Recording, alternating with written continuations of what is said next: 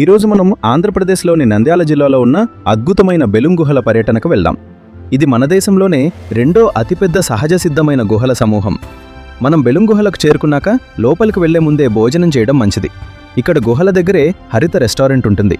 అక్కడ సాదా భోజనం లేదా పులిహోర లాంటివి దొరుకుతాయి. కానీ మీకు ఇంకా మంచి రుచికరమైన భోజనం మరియు నాన్ వెజ్ కావాలనుకుంటే ఇక్కడికి 5 కిలోమీటర్ల దూరంలో ఉన్న ఐరాస్ రెస్టారెంట్కు వెళ్లడం ఉత్తమమైన పద్ధతి.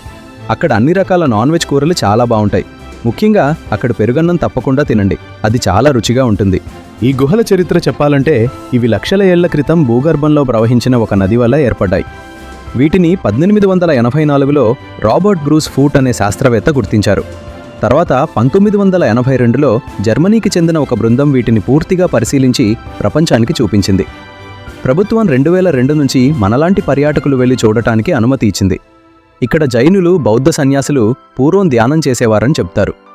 ఇప్పుడు మనం గుహల లోపలి అనుభవం ఎలా ఉంటుందో చూద్దాం. లోపల దాదాపు 1.5 కిలోమీటర్ దూరం వరకు మనం నడిచి చూడవచ్చు. లోపల ప్రకృతి సిద్ధంగా ఏర్పడిన వింత ఆకారాలు, పాతాళ గంగా అనే నీటి ప్రవాహం మిమ్మల్ని ఆశ్చర్యపరుస్తాయి. అయితే మీరు లోపలికి వెళ్లేటప్పుడు కొన్ని జాగ్రత్తలు పాటించాలి. కొన్ని చోట్ల చాలా చీకటిగా ఉంటుంది, కాబట్టి మీ వెంట ఉన్న చిన్నపిల్లల చేతులు అస్సలు వదలకండి, గట్టిగా పట్టుకోండి. పెద్దవారు కూడా మెట్లు ఎక్కేటప్పుడు, దిగేటప్పుడు చాలా జాగ్రత్తగా ఉండాలి. ఈ గుహలు చూశాక దీనికి దగ్గరలోనే ఉన్న నవాబ్ బంగ్లా అంటే పాతపాడుపాడు బంగ్లా మరియు ప్రసిద్ధ పుణ్యక్షేత్రమైన యాగంటిని కూడా మీరు చూడవచ్చు. యాగంటిలో పెరుగుతున్న నంది విగ్రహాన్ని చూడటం ఒక గొప్ప అనుభవం. ఈ వీడియో మీకు నచ్చితే లైక్ చేయండి మరియు మీ స్నేహితులకు షేర్ చేయండి. మరిన్ని